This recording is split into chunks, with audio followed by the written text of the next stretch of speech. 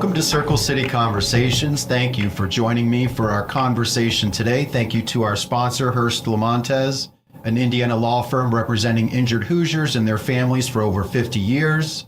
I am pleased to welcome a very special guest today, a detective with the Indianapolis Metropolitan Police Department, specializing in homicide investigations, what I'm told is a Chicago Bears fan. Absolutely, yes. But we won't hold that against you, because I'm a Cowboys fan.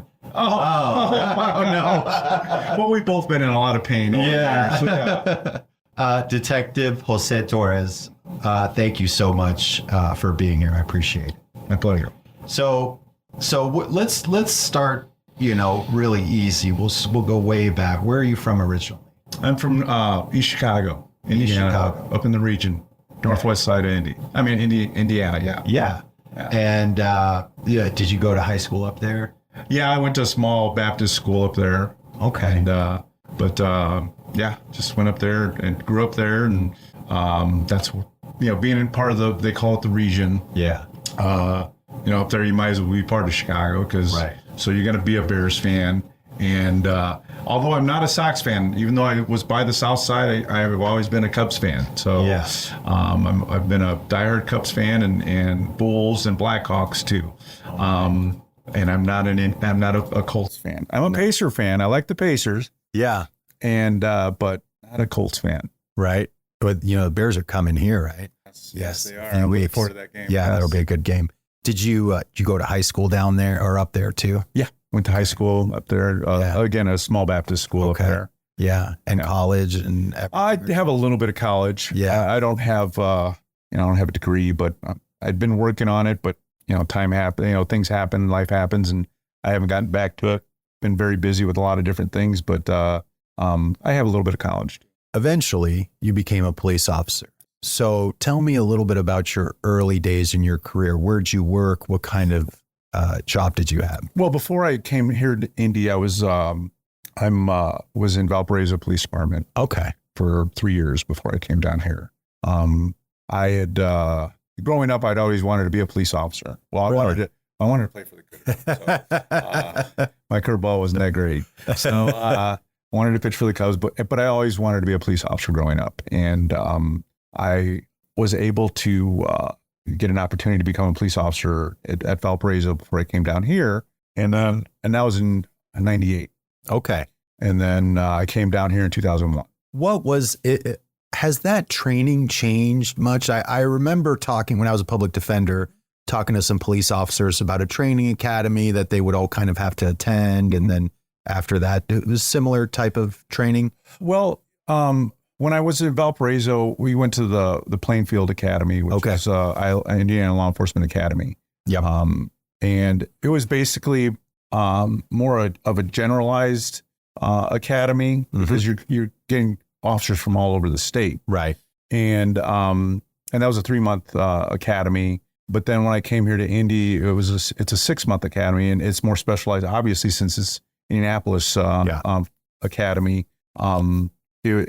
It's all the things that we're being trained on was how things are done here in Indy. Yeah. And things have changed. Some of the training, a lot of the training has changed. Because I did a little stint at the academy as well, and sometimes I go speak at the academy as well. So, but things have changed, because you have to change with times. So when you were in Valpo, were you a beat cop? You'd work the streets? Yeah, I was a street officer the whole time I was there. Although at that time, I think I was the only Spanish-speaking officer in the whole county, Border County. Probably. And so I helped with that investigations and other things. Yeah. Even if out of the jurisdiction of Valparaiso, just basically in Porter County, I helped with certain things. And then, but I always wanted to work at a bigger department. Okay. And no, there's no slam on Valparaiso. Valparaiso is a great town, and there are great officers up there. So a lot of friends up there still. But then I came down here because I wanted to work at a bigger department where there's more of an opportunity to do different things. Right. And one of the things I always wanted to be was a homicide detective. Really? Always one of my goals when I became a police officer was really homicide. And similar to where you came from, a bigger city, right? Yeah. Bigger than Valpo. Yeah. Yeah. So I will have to say that when I first moved down here, the food was not that great. Very compared to Chicago food. It's Right. still Chicago food is a lot better than down here, but Indy's gotten a lot better over the years. I absolutely agree with you. I went to Hanover in southern Indiana. That was where I went to school. And then I came up to law school here in 2004. And I've been coming downtown for years. I told you I was a public defender and everything. And the food scene is so much better. Oh. So much better. Yeah. When I first moved down here, because I moved down here to start the academy, and people that I knew that grew up in this area, and because I love pizza, I'm like, well, where's a good pizza place? They say, oh, well, Papa. No. Please, no, don't say that to me. But still, I enjoy going up there, seeing family. I still have a lot of family up there, and I love the food up there. The food down here is getting a lot better. Oh, yeah. Pizza is good. It's getting better. But they're bringing a lot of the stuff from Chicago down here, too. Giordano's. Yeah. Luminati's, Aurelio's. Yeah. But, Mexican food's gotten a lot better down here, too. Absolutely. Yeah. And, one of the things I noticed, Emmanuel helped us with this. So we have Hispanic Heritage Month is coming up here. In like in a few days. Yeah. And so what we did last year was we have that spinning wheel right there. Okay. We would put a different country on there and we spin the wheel. And then that week we would go to an Argentinian restaurant, whatever. That was a great idea. Yeah. And it was really cool. Yeah. And I tried so many different restaurants that I hadn't tried before. And it was all so good. Yeah. And one of my favorite parts was we've got people that work here, staff that work here that live out in Newcastle, that live out in Greenfield, haven't really tried, ethnic food, and they had their opportunity to try it. Yeah. So, but that's what happens when your boss is Cuban. I like that. I need to do that. Yeah. No, it was Emmanuel's idea, right? I had to get my Cuban food, Where's the good Cuban place out here? Well, it used to be Taste of Havana. Oh, that's right. Yeah. On what, Ohio? It wasn't Broad Ripple. Okay. And then the owner, he moved over to Michigan, off Michigan Road and 82nd Street. Okay. But they actually closed it. Now, if you go to the garage downtown, there is a place there that sells, but it's really just Cuban sandwiches. But it's good. Yeah. It's good food. Yeah. Yeah. Palavano Cubano. And my favorite was still Che Chori. Yeah. Yeah. Oh my gosh. So good. So, they're going to be on, or maybe they already were, on diners, drive-ins, and dives with Guy Fieri. Located at? You're like a couple minutes on the west side. Yeah, you got to try it. What, on Washington or? It is on west. Okay. Che Chori is so Okay. good. Yeah. Check it out. Yeah. Yeah. Yeah. It's so good. I haven't eaten yet today either. So I might go check that out. Get out of here. So tell us a little bit about your background. Like, what motivated you to want to be a homicide detective? It sounds like you always wanted to do that. I did. Just being a kid, and I remember the first time I realized I wanted to be a police officer was, I remember I was a little kid. I was out with my family, and we were at a restaurant. I remember it was called the Wishing Well, and it was in East Chicago, and it was cold. And I remember it's a small diner type of restaurant. Yeah. And, it's kind of crowded, but then you see like there were like 4 police officers that came in, to grab a bite. And I could still remember hearing the leather creaking from their leather coats and their gun belts and everything. Yeah. And everybody just like stopped and just looked at them. I know I did, but a lot of people just, because that's what they, police come in and people stop and look. And hearing the leather, I remember seeing one of the patches was a wheel with wings on it. And now that I'm a police officer, I know what that is. They were sickle officers.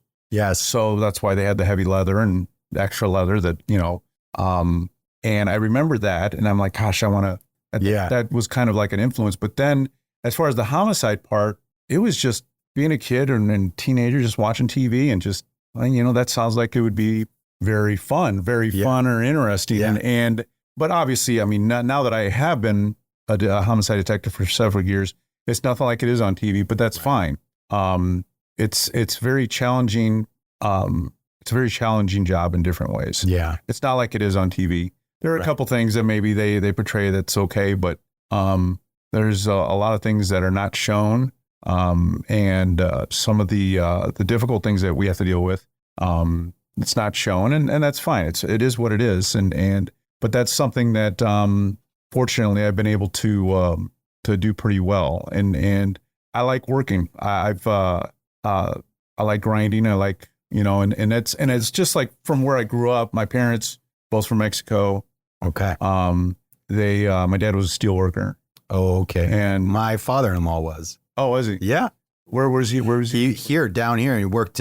He actually put up the pyramids. Oh, really? Yeah. Wow. Okay. Yeah. Okay. Yeah. Union steel worker. Oh, okay. Yeah. Yeah. My dad he worked at Inland Steel up in East Chicago and blast furnace work. So it was very hard work. Yeah. And my mom she was a stay-at-home mom, but she worked a lot. She, raising the kids and making sure everything was ready. And they divorced when I was younger, but my mom always worked very hard to make sure we had what we needed, even though we didn't have a lot. Right. My dad, he was a hard worker too. And so I grew up with that. That was part of my nature of just grinding and working. And there's a lot of grinding and working in Homicide. Yeah. And the grinding part, when I say grinding, it's just a term that I use, but I'm not literally grinding on people. It's the getting in the mix, talking to people, and getting putting a case together, which is not an easy thing to do. It's not, there's some cases that can be easy, but there are a lot of cases that are very difficult for very, very, for different reasons. Yeah. So I've it's weird for me to, I tell people I enjoy what I do. Yeah. Not because it's a happy thing. It's just something that it's necessary, but it's something that I thrive in. Yeah. And I work with a lot of great people. There's a lot of great people in Homicide and supporting units on the department. And I work with a lot of different type of people. Oh yeah. But then I also work with the public. Right. And some, I take that with, it's something that's necessary. I have to talk to people. Yeah. And I mean, growing up, I was a very shy person. That's funny. I could not, Wow. I was a very, very shy person. Yeah. And, but becoming a police officer forced me to get out. Yeah. And talk to people. And over the years, I've told people, I said, I've worked at Homicide so long. I mean, the type of people I've talked to, I say from bums to billionaires and everything. Yeah. I have. I mean, in different types of education, different type of background. But in the end, people want to be heard. Mm-hmm.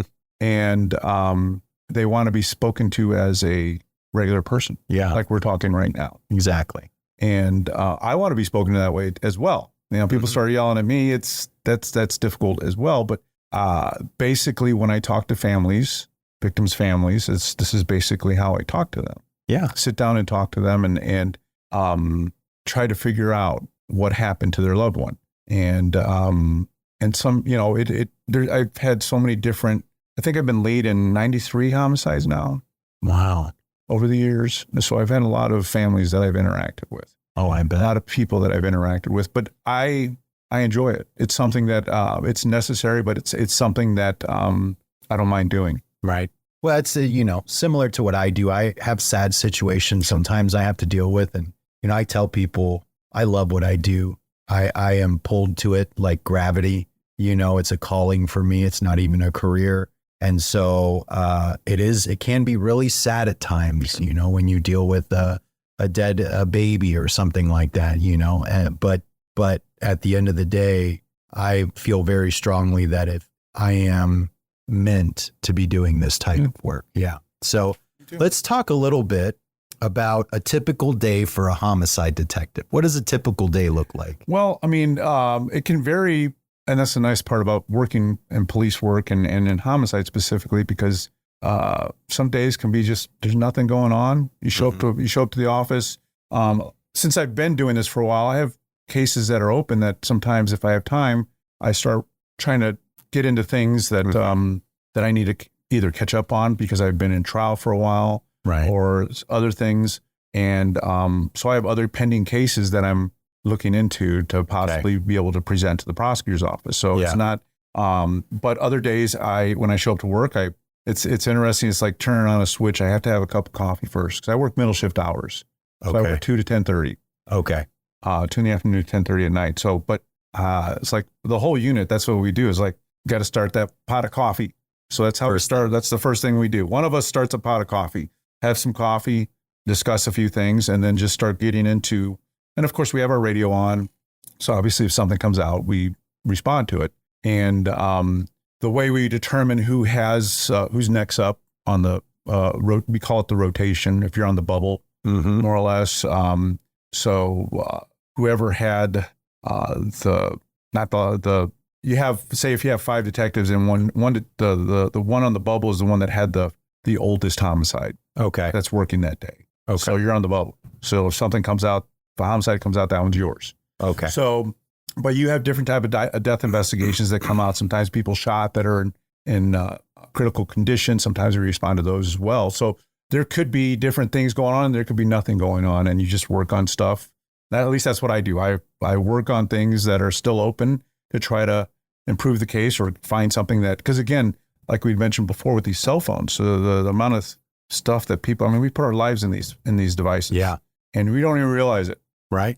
There's a lot of things that go in these devices. And so when we get reports back from them, we got to look into those stuff. And especially if somebody that you're looking at that's a possible suspect, you start looking at that type of stuff or whatever. You have to reach out to Crime Lab for other things, or if you happen to have a suspect you're looking for, so you check on that. So it can vary depending on what's going on. Newer detectives that don't have the like when I first started off in homicide, I didn't have any pending cases. I didn't have anything like that. So a newer detective, when I first started, it was like you're going on everything. You're going out on every death investigation because you get the repetition of dealing with death, dealing with victims' families, even if it's an overdose, suicide, something like that, where it's not considered a homicide, but you go out there to get exposed to that and have the dialogue with families and people that that are related to the person that lost their life for whatever reason it is. Right. Whether it's, like I said, overdose or suicide or natural death or questionable death. Also we have training detectives that train the new detectives as well. So their day would be different than mine. Yeah. Sometimes because they don't have the pending cases. They don't have the other things that I would be working on.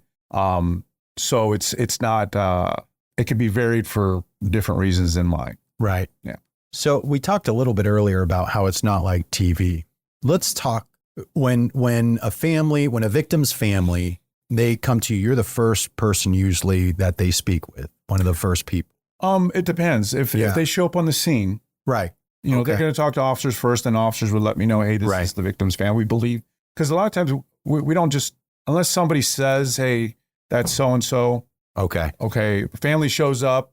Even if they show up and we're told, hey, this is this person, I still have to hold off on speaking to them or telling them or confirming that it's them until the coroner's office confirms it, because we have to confirm either through fingerprints or a family member verifying it. Identification. Yes, identification that way, because I think it was several years ago, can't remember how long ago, where we had there was an accident. I think it was in northern Indiana, where you had multiple people killed in an accident in a van, I think it was. And there were some young ladies that had passed away, and they misidentified one of them and saying, okay, well, this female passed away, the other one didn't. Well, it was turned the other way around. So they notified the family, the wrong family, saying your loved one had passed away, but really that one survived. Yeah. And then the family that thought that their loved one survived actually passed away. So without verification, it's something that if a family does show up and we're pretty sure, I'll talk to them, but I would tell them, hold on, we're not positive, unless they're the ones saying that is my son or that is my daughter. Then I would talk to the coroner's office and we'd coordinate all that. But a lot of what I usually do, because the coroner's office, they do a lot of work that people don't realize, as far as they do handle the bodies. They do transport the bodies. The autopsies are done, but they also try to verify the identification of the decedent and then contact family. Okay. To let them know. Okay. So a lot of times for if they're not showing up on the scene, I do not talk to them until after the autopsy, because by then family members have been contacted, so they know. And they're going to know that I'm the detective in charge as well, because the coroner's office will let them know Detective Torres is going to be the lead detective on it. And then they would obtain the contact information for the family. Yeah. Next of kin or wife, daughter, son, whatever the next of kin is. And then after the autopsy is when I reach out to them, because they've already been notified. They're not surprised. Right. And then I make plans with them to meet with the victim's family, friends. I usually try to do it all at one location and usually at one of their houses. I don't, unless they say, we want to meet you at the office, I usually don't ask them to meet me at the office. I will go out to wherever they are to make it a little bit more comfortable for them. But that's what I do. Yeah. And that's when I really start talking about, because of course they're going to have 1,000 questions, as they should. And there's things that I can't tell them, but I let them know it's nothing, no offense, but I have to. One of the main things they ask is, if they know that they were, say, shot. How many times was he shot? I said, I can't disclose that right now, but he was shot enough. Okay. I'm not trying to be a jerk or anything. Right. I can't disclose that at this time. But that's all important. Those are all important parts of your investigation. Sure, obviously, being able to trace those ballistics back, And a lot of times, the defendants or the suspects are going to be to know, they're going to know how many times that person was shot. They're going to know where in that body the person was shot too. Yeah. Unless it happens to be just some random drive-by where they wouldn't know that. But a lot of times they're going to know where they shot this person. And if that's something that I have to hold on to and not let them know, because there's sometimes where, information will be put out there by families that they just didn't know. They just, I heard he was this and that. Now, if a family member tells me, well, I was told that my brother was, that this person did it and they shot him at this location on their body. That is something I'm like, okay, well, I need to talk to that person. Yeah, yeah. Because that's part of your investigation. Right. That's something that I need to verify. But it's a lot of different things, a lot of family members. And I tell them, I said, hearsay doesn't help. I need to know specifics, and not Joe Schmo down the street said that Johnny did this. Right. I can't use that in a probable cause. I've talked to this person and just start going backwards. I see. And so that I could use that. I can't use that if, hearsay. Can't use hearsay. Right. And that's something I tell families. It's not something that they need to know that, though, because, and I tell families, I said, families are going to find out more information before I do. That's just the way it is. Yeah. No offense to anybody. Yeah. But just that's how it is. It's family members. They're going to hear from the neighborhood. Yeah. Way before we get contact. So I tell the family, I said, if you get information, let me know. Yeah. So I could follow up on that. And I've been successful with that, but you have to control it too. You have to be like, okay, I can't talk to 20 people but they won't give me specifics. Right. Right. I need somebody that's willing to come forward. And that's an important thing, because somebody coming forward can help out and send me in a direction that I need to go to find more evidence. Yeah. Now I've had cases like the last one that I had that you were a juror in, where I didn't have any witnesses of the incident itself, but I had witnesses that told me that this individual was meeting this individual. Okay. So I can use that. Circumstantial, right? Yeah, type of evidence. But then that leads me in the direction I need to go. Right. Right. And then that's where I find other evidence, other pieces, and then I build the case that way, and then it goes from there. So even if I have no witnesses, I have witnesses. Yeah. I'm a trial lawyer, so I love analogies. I think of, when you describe what you do, I think of like connecting the dots. Mm-hmm. You've got to connect all of these dots. Yeah. One will lead you to the next one. Right. And then when you're done, you have your picture. Yeah. But that's the thing. That's not the end, right? No. When you have your picture, let's say you connected all your dots, you have to hand that over to someone else, right? Yes. Tell me a little bit about that. I have to I present my case to the prosecutor's office. Okay. And the way you're talking about the connecting the dots, they're the ones that put the color in. There you go. I like that. Yeah. Put the color in to to fill in everything. Right. And because it's all connected, Yes. then you got to put the filler in, and that's what they do. They have to overlook stuff. They have to make sure they say, okay, well, what do you have? So they look over things to say, okay, I agree. Let's file charges, or let's you can outright, or we'll get a warrant, or whatever. Or they'll say, you know what, we're a little short on this. How about we try? We just there's just not enough yet. Yeah. And then a lot of times I ask, well, what else do you think? Because I want to hear their input as well. Yeah. What do I need? Where do I need to go? Or so then they would give me an idea what else I need to put more color in that picture. Right. To make it more solid. Right. And then I work on that. And then sometimes I find other things to add to the picture or to put a different shade of color somewhere else.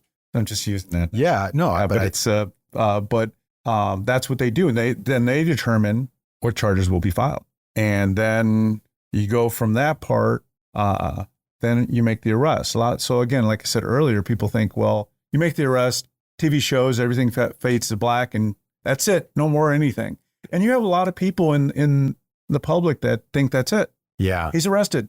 She's arrested. That's it. No, we got a long ways to go still.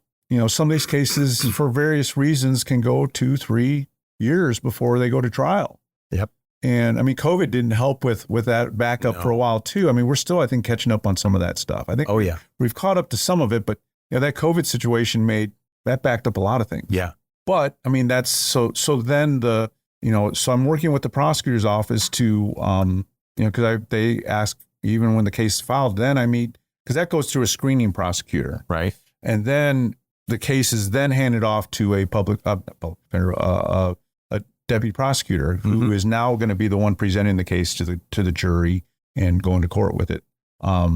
So then I find out who that is. I start working with them. They have, because now you have somebody else looking at the case now, and they may see something, or they may not understand something that's been presented, that's been given to them.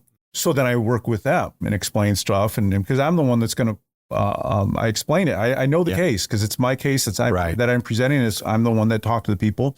And they may say, okay, well, then they start following up with the witnesses, and they start doing their, then the defense will ask for depositions of certain individuals or everybody. Who knows? It's up to the defense. And so then that goes on. Yeah. And I'm, but still doing follow up. There's something that maybe this deputy prosecutor say, hey, we need to maybe do this. And then I would follow up with that as well. Or we need to find this person because they're one of our witnesses. We need to find that person because we got a deposition coming up. So I have to go out and find them. Right. Stuff like that. And all the way up to, again, trial day. Yes. And then, it can vary. I mean, some trials I testify maybe once or twice. This last trial I had, I was up there about 15 times. Oh, wow. So, I mean, but that's how it goes, and there were a lot of things that were being presented and that had to go through me, and that's what usually happens. Okay. So, and it's, that's part of my job. And again, doing this for a long time, I get it, and I respect even though at times I may not agree with some things that the prosecutor's office does, but that doesn't matter. I'm a professional, and I will do what's necessary to find the people responsible and to hold them accountable. Right. And do it the right way. Yeah. If the prosecutor's office decides to make this decision on that decision, and I'm not a political person. I do not get into politics. I have my own views, but I don't let that interfere with how I do my work. Mm-hmm. No matter what. I don't care what party anybody's in. I don't care. I care about my victim. Yeah. I care about their family and my work product. Right. And that's my goal is my goal is, and I tell victims' families this too, my goal is not just to make an arrest. Yeah. Because there's so much more after the arrest that people don't understand. My goal is to find the people responsible and hold them accountable. And that's it. That is my ultimate goal when I get a case. It's not just making an arrest. Yeah. Not just clearing the case. Right. And I believe the prosecutor's office feels that way too. They want to make sure we have the right person and they're held accountable. Yeah.